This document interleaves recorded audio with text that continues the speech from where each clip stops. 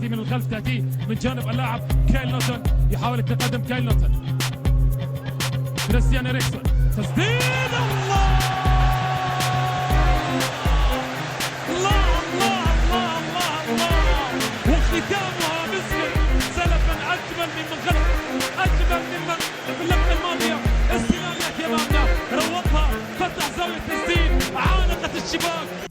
How's it going, everybody? You got Byson here, back with another review. It is of the new inform, Christian Eriksen from Tottenham. He got switched over to a left mid for his inform because he plays that in real life. He's typically a center attacking mid on his regular card. He goes for about 125k on the Xbox right now. Some impressive stats you see right here. You talk about that high attacking work rate, 5-star weak foot, 4-star skill moves, 90 ball control. A lot of things I want to talk about with inform Eriksen. Is he worth the money?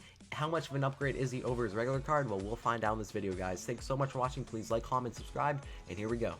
Alright, so if you're going to pay this much money for a left mid, I really believe that you want to put him at left forward, and that doesn't cost that much like other positions. You can put him from a left mid to a left wing and then a left wing to a left forward. You want to take advantage of this guy's attributes as best as possible, so you want him on the attack as much as possible at left forward, and he will do well there. He has high attacking work rate, so he stays on the attack and kind of feels like a striker. Inform Eriksen has a lot of good parts about him that you're going to find out in this video. For one, his dribbling is very impressive. He doesn't have the strength to go with it, but he does a good job of maneuvering around defenders. He has 87 acceleration, which allows him to accelerate after he has passed defenders, which gets him onto net. And he also has 89 short passing and 87 long passing, which helps him set up other people next to him. You can see a lot of shots I have are him finishing. He settles the ball quickly. He has a good ball control stat. You see how quickly he settles the ball and then fires away. Inform Eriksen, just like his regular card, has 5-star weak foot, so he does a good job of finishing with both feet. In my opinion, one of Inform Eriksen's best attributes is his reliable finesse shot. I know I talk about reliable finesse shots with players all the time, but trust me, this guy has an amazing one, because even though he only has 78 finishing, which I do think is a better stat in-game than the stat tells us, his curve is a 94, which is insane and allows him to curve it in from all over the field. Alright guys, so here's the main part about this video. I've talked about and analyzed Inform Eriksen as a player, but compare him to guys like Sherrill and Willian, who go for under 20k each. You compare those players to Inform Eriksen, who's not a bad player. I've talked about all these positives. He does have the negatives of not really being that strong. He sure doesn't win a lot of headers, and he's not the fastest of players. Compare him to Willian and Sherrill.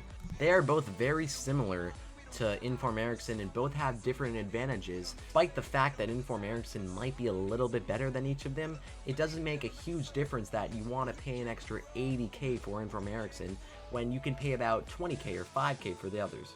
I'm not saying Inform Eriksen is bad. Despite the negatives I listed, he is still a solid player, and if he drops to about 50k or around that price, he's definitely a good buy because he makes up that price difference and because he's a little bit better than the other two. But at this price range right now, he's not a guy you're going to want to get.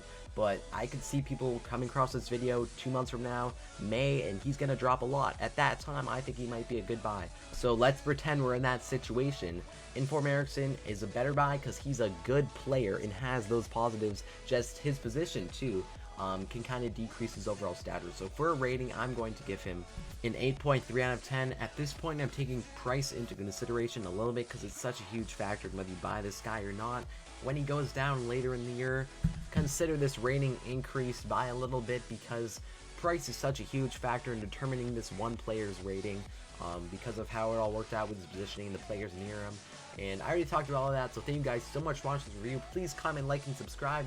The giveaway will most likely be up next for 1,000 subscribers, so stay tuned for that. That will be coming up. Thank you guys so much for watching again, and I hope to see you guys next time.